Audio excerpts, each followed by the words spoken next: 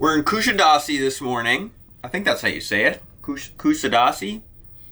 This is my second time here, but my first time going to the ancient city of Ephesus, where it is believed the Virgin Mary lived. It was her last known residence. And we have court papers to serve her, so that's why we're going today. So we're gonna take a little trip out. Hopefully we make it back to the ship. We're on a non-ship tour. So if we don't make it back, the ship will leave without us, and they have our passports. So not concerned at all. Here we go.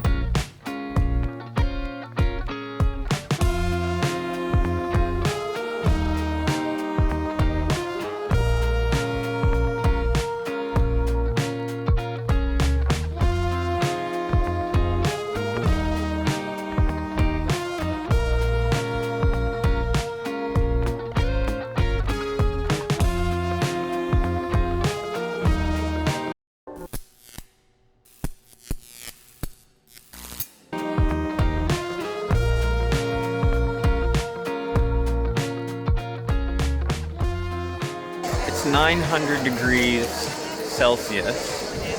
There's no shade.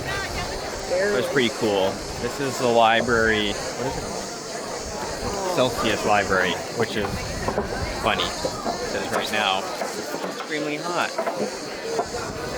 I'm going to jump in here and interrupt just for a minute, and then I'll do some voiceover for you. While we were in Kusadasi, we had a tour guide who was absolutely phenomenal and took us through all of these amazing different historical sites and some touristy traps later on in the day. But I didn't do a lot of talking to the camera. There's maybe one or two instances where I actually flipped around and spoke directly into the lens describing what was going on. Mostly because I'm new to this. Also because we had a tour guide, I didn't want to interrupt what she was saying or talking about while we were on this tour. We were on the tour with two other couples as well, all from Canada, strangely enough. They were really lovely. But I didn't want to interrupt the tour. I didn't want to be talking over anyone, and I didn't want to miss anything about these historical sites. So I do know what's going on in this video. I will give us some voiceover and some information as we move through and look at some of the things that I have footage of, but you won't see a lot of me talking to the camera. So if that's what you're here for, sorry that you're missing out. But do stick around because I'm going to show you some really cool stuff from the city, the ancient city of Ephesus, the Virgin Mary's house, some of the other things that the rug making factory that we stopped at as well. But enough of me, on with the footage. The first thing we're going to be looking at here is what looks to be a small theater. Now, if you are familiar with the Theater of Dionysus or any other Greek theater, this looks to be the same style of construction, and it is. However, it's a lot smaller. So what archaeologists found here, based on some inscriptions they found, was that this is more of a council chamber, somewhere where dignitaries, council members, high-ranking officials from the city could meet to have important meetings. Okay, this thing coming up here is quite interesting to me. These holes in the ground are actually what are now modern streetlights. Those holes would be filled with oil. That oil would be lit up, and then that's how people were able to see in the evenings. These are just some really cool looking reliefs and things that are part of the building construction.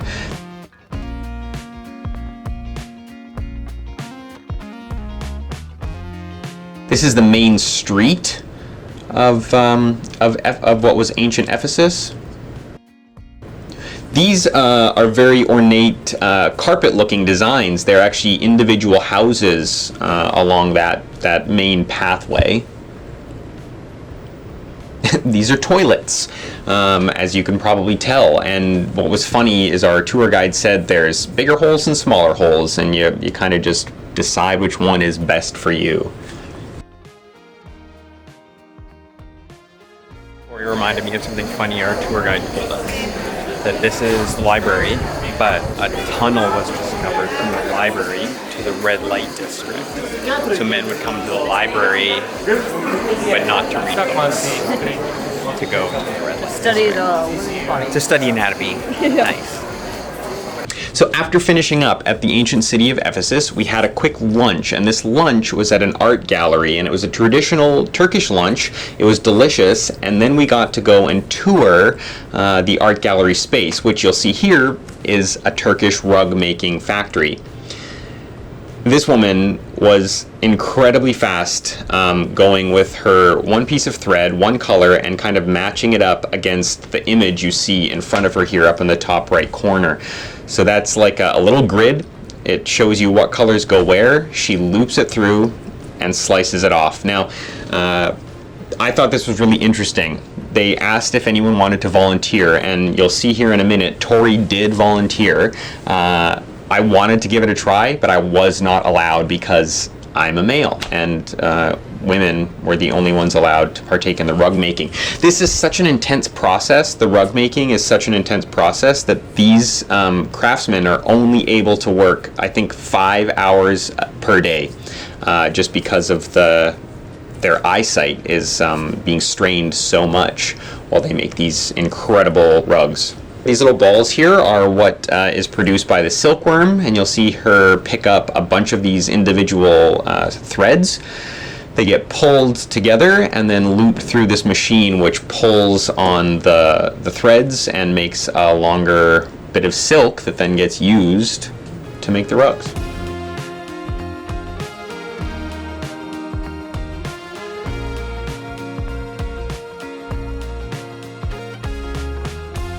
That's a rug. The incredible detail that they go into is just phenomenal with different thread counts and thread sizes. It's really, really incredible to see this work.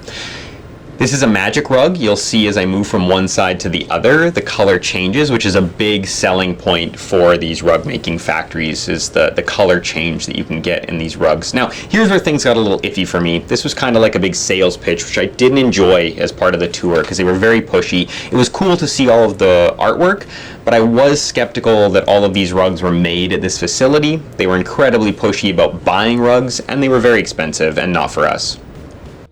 All right, moving on to the next bit of history here. This is the House of the Virgin Mary, the last known residence. Now, what's unique about this is there was a nun who was said to have visions, and this is how they found the House of the Virgin Mary. She envisioned a house in the mountains that had a cistern, which you just saw, a house with a flat roof, which Tori is now walking into. We could not take any photos inside, but this is what people used to find this house, this nun's vision, which is crazy. These are 3 fountains where you can wash your hands, and the order from right to left is health, love, and money. So depending on what you're after, you wash your hands. I, as well as Tori, wrote our grandmother's names down on these little ribbons. We tied them to this wall. This wall is full of people's names from around the world that come to visit the House of the Virgin Mary. And I took this shot specifically for my grandma. She makes rosaries, and these rosaries were taller than me. I would say they were about 8 feet long.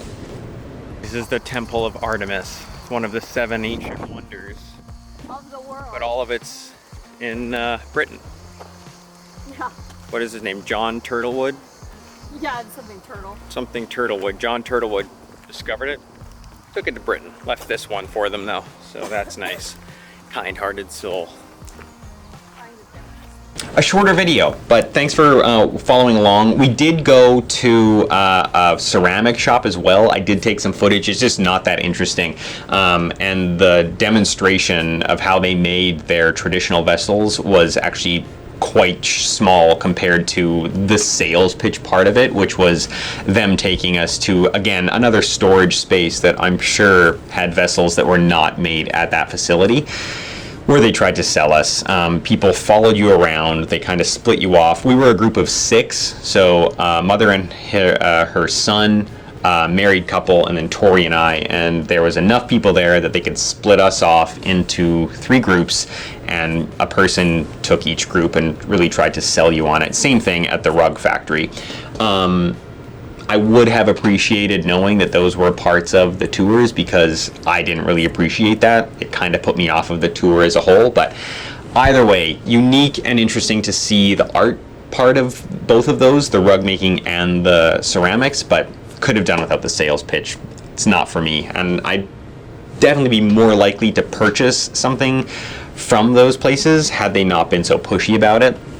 The other thing is, I'm already traveling quite heavily, so I don't really have the room for a rug. A $10,000 rug, nonetheless. Either way, we're at the end of this video. I hope you enjoyed it. I do have more European videos coming up, so stay tuned for those, and I will see you on the next one.